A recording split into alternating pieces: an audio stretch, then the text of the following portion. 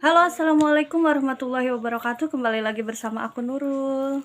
Teman-teman, gimana kabarnya? Semoga selalu sehat. Aku selalu mendoakan kalian ya di setiap habis sholatku.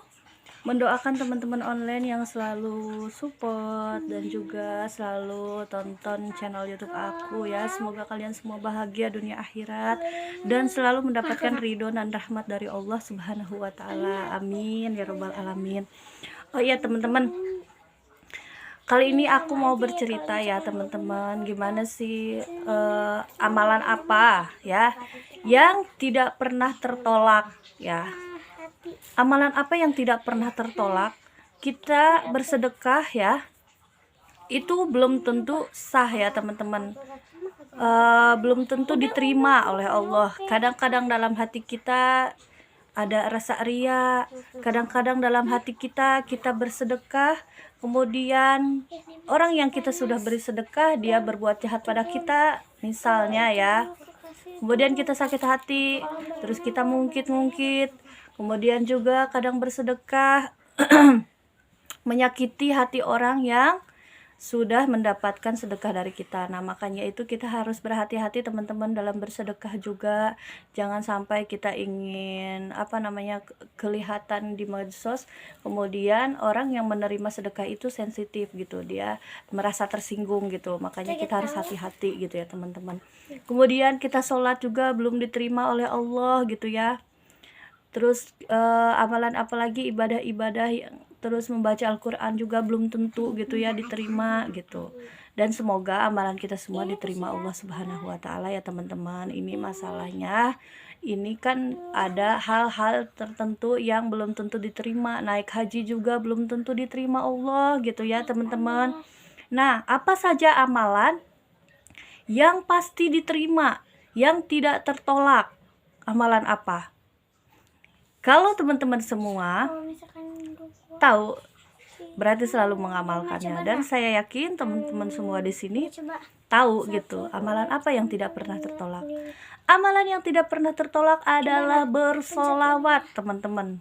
Kenapa? Karena Rasulullah Shallallahu Alaihi Wasallam mendengar dan tahu umatnya ya, siapa saja umatnya yang sudah bersolawat, maka Rasulullah akan mengingat, Rasulullah akan tahu gitu, Rasulullah akan memanggil nama kita. Nah, itulah sholawat teman-teman. Maka dari itu jangan pernah kita lupakan untuk bersolawat. Setiap hari harus bersolawat teman-teman, karena kita menginginkan ya syafaat dari Rasulullah Shallallahu Alaihi Wasallam. Kita harus cinta sama Rasulullah. Mengapa? Karena Rasulullah juga sangat cinta sama umatnya ya. Jadi ketika nanti di hari kiamat Rasulullah akan bangun dan bertanya pada malaikat, wahai malaikat, hari apakah ini? Kemudian malaikat menjawab, ini hari kiamat ya Rasulullah. Dan apa yang Rasulullah ingat dan apa yang Rasulullah tanyakan? Mana umatku? Bagaimana umatku? Ya, selalu memikirkan umatnya. Bagaimana umatku? Di mana umatku? Kemudian sampai di akhirat pun Rasulullah akan sibuk mencari umatnya teman-teman, akan sibuk mendampingi umatnya. Ketika kita di jembatan Shiratal Mustaqim ya teman-teman, bayangkan jembatan Shiratal Mustaqim itu bagaikan satu helai rambut yang dibelah 7. Nah, bagaimana kita bisa melihat ya satu helai rambut saja? Jika kita gantung seperti ini belum tentu kelihatan, apalagi bagaikan satu helai rambut yang dibelah 7.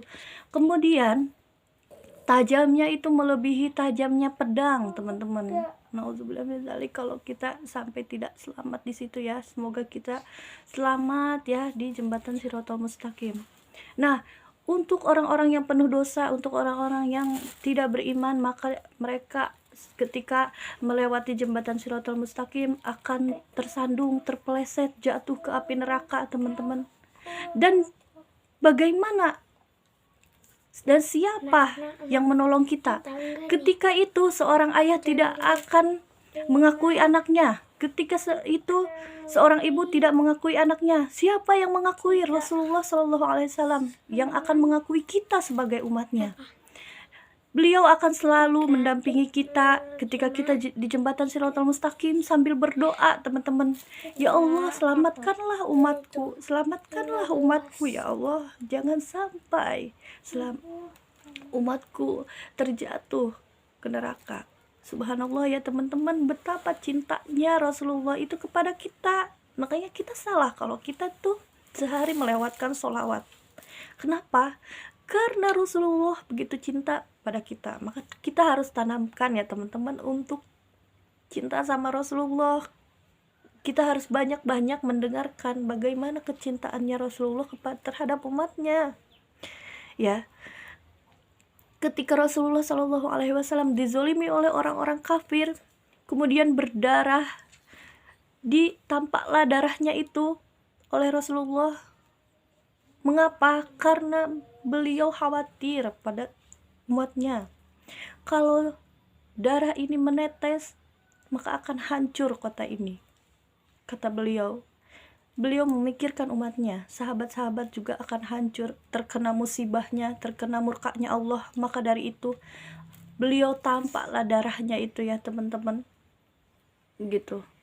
Jadi kita harus banyak bersolawat ya teman-teman gitu, agar kita diakui umat oleh Rasulullah Shallallahu Alaihi Wasallam, karena beliau akan sibuk teman-teman, nanti di akhirat pun beliau akan mencari umatnya ya di neraka.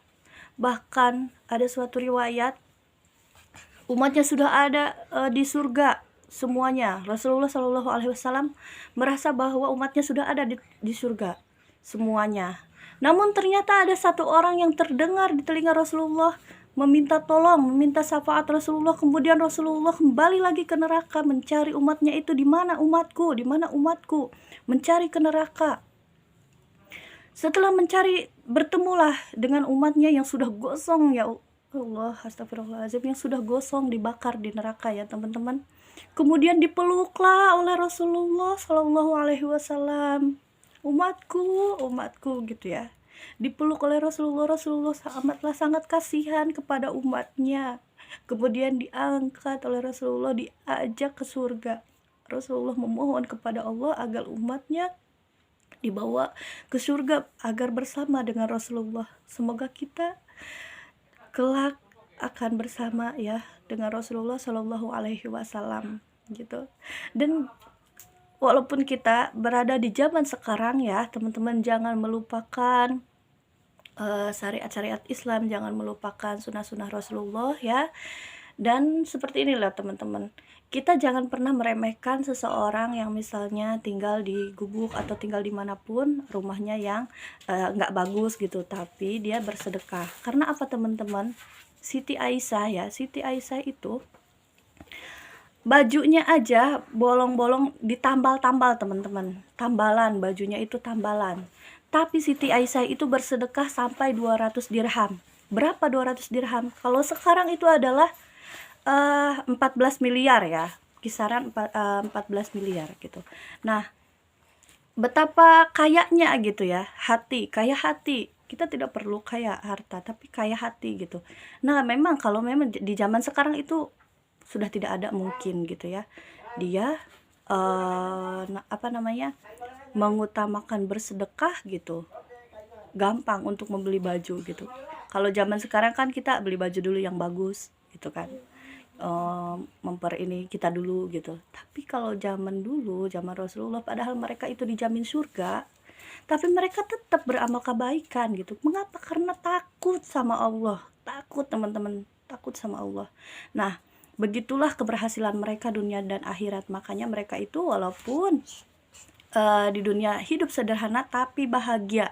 Kita mau nggak hidup sederhana tapi bahagia? Ya seperti itu, kita ikuti sunnah-sunnah Rasulullah Shallallahu Alaihi Wasallam. Nah itu saja teman-teman ya, vlog aku hari ini. Aku belum bisa vlog banyak-banyak atau lama gitu, dan juga belum bisa konten. Aku banyak sebetulnya mau podcast pengusaha-pengusaha yang masih muda gitu ya, untuk menginspirasi kalian semua, tapi jadwalnya ini belum bisa gitu teman-teman. Nanti aku akan podcast orang-orang yang sukses, orang-orang yang soleh gitu ya, sukses dan soleh. Nah, bahagia dunia akhirat. Semoga kita semua juga diberikan kebahagiaan dunia akhirat. Oke teman-teman, jangan lupa untuk selalu like, komen, dan share ya. Dan jangan lupa untuk selalu subscribe ya. Ajak teman-teman dan juga saudara-saudaranya untuk subscribe. Assalamualaikum warahmatullahi wabarakatuh.